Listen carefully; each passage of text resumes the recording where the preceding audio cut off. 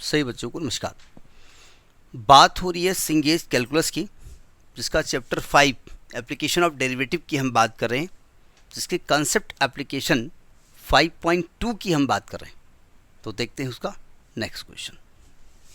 देखिए 6 क्वेश्चन क्या कहता है, हम क्वेश्चन पढ़ते हैं, आपकी स्क्रीन पे फ्लैश हो रहा होगा। क्वेश्चन कहता है find the value of K if the curve 2x is equal to Y square and 2xy is equal to K intersect each other orthogonally perpendicularly. वही जो हम कह रहे हैं, क्या कह रहा है, देखो इक्वेशन ऑफ कर्व्स क्या लिखे हुए हैं,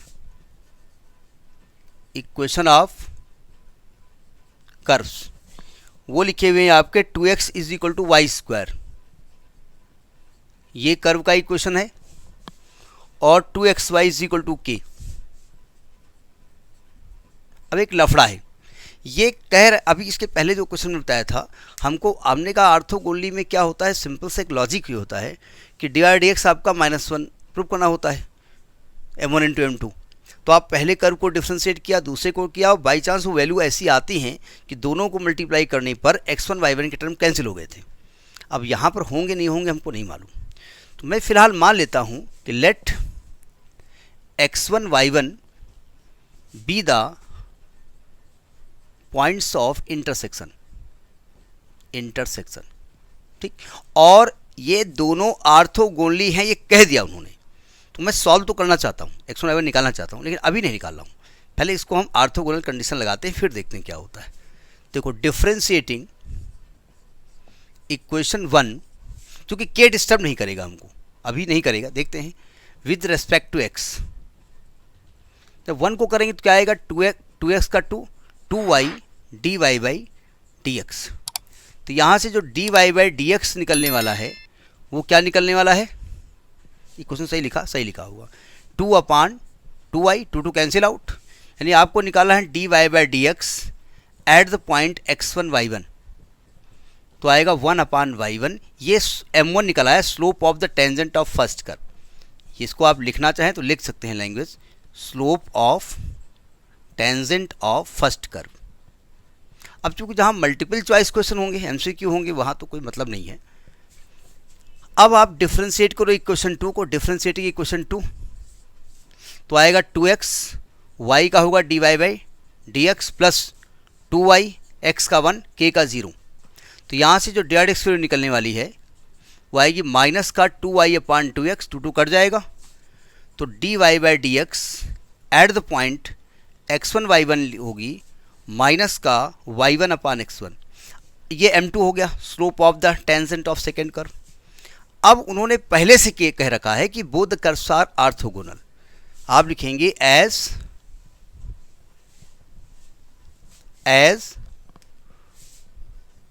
both curves intersects orthogonally, so तो आर्थोगोनली है तो m1 इंटू m2 के लिए -1 होगी ही, प्रूफ नहीं करना है, वो आपको करना पड़ेगा, -1 है। तो m1 बोले तो 1/y1, m2 बोले तो -y1/x1 इज इक्वल टू -1, -1 हट गया, y1 कट गया, तो x1 की वैल्यू आ गई 1, x1 निकल आया, एक वैल्यू तो आ गई, k ने डिस्टर्ब नहीं किया ना, इसलिए निकल आई। अब y1 कैसे निकालें, तो x1 1 लिख देते हैं पहले, x1 1 हो गया। अब y1 के निकालना है एक्चुअली में। अब y1 कैसे निकाला जाए, देखो ध्यान से, x1 को उठाएं, क्वेश्चन नंबर 1 में रख दें, पुटिंग, अच्छा सॉरी x1 y1 है कहाँ, x1 y1 is on the curve. आप लिखेंगे एज x1 y1, नियमतः हमको क्वेश्चन लगाने के पहले एक्स वाई की वैल्यू निकाल लेनी चाहिए थी, वही आपके होते पॉइंट ऑफ इंटरसेक्शन। हमने जानबूझ के बदतमीजी की, नहीं निकाली, अब निकालना पड़ेगा, और उसमें से x1 निकाला है हमें डायरेक्ट ही।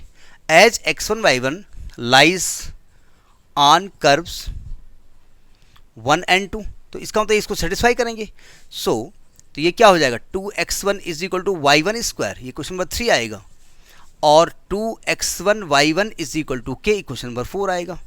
अब हम प्रॉब्लम x1 यहाँ रख नहीं सकते, क्योंकि k निकालना है ना, तो y1 भी तो नहीं मालूम है, तो putting x1 in equation 3, putting x1 in equation 3 में रखो तो क्या आएगा 2 is equal to y1 square, तो y1 की वैल्यू क्या आएगी plus minus under root 2, y1 निकल आया। अब y1 और x1 को उठा के क्वेश्चन नंबर 4 में रख दो। तो पहले लिखेंगे put x1 is equal to 1 and y1 is equal to root 2 in equation 4। तो x1 को 1 रखो, y1 को रूट 2 रखो, तो k की वैल्यू क्या आने वाली है 2 अंडर रूट 2, एक k की वैल्यू ये आ गई। फिर पुट कर दो, put x1 is equal to 1 and y1 is equal to minus root 2 in equation 4। तो minus 2 root 2 is equal to K आएगा। इसका मतलब k की वैल्यू क्या निकलने वाली है प्लस माइनस 2 रूट 2, k की दो वैल्यू निकलने वाली है। वैल्यू यही आ रही, हाँ यही आ रही है। तो दिस इज क्वेश्चन नंबर 6। ये लास्ट क्वेश्चन है, इसे next in the next video बोलने की जरूरत नहीं है, नेक्स्ट कॉन्सेप्ट आएगा। ठीक, next exercise in the next video. नमस्कार।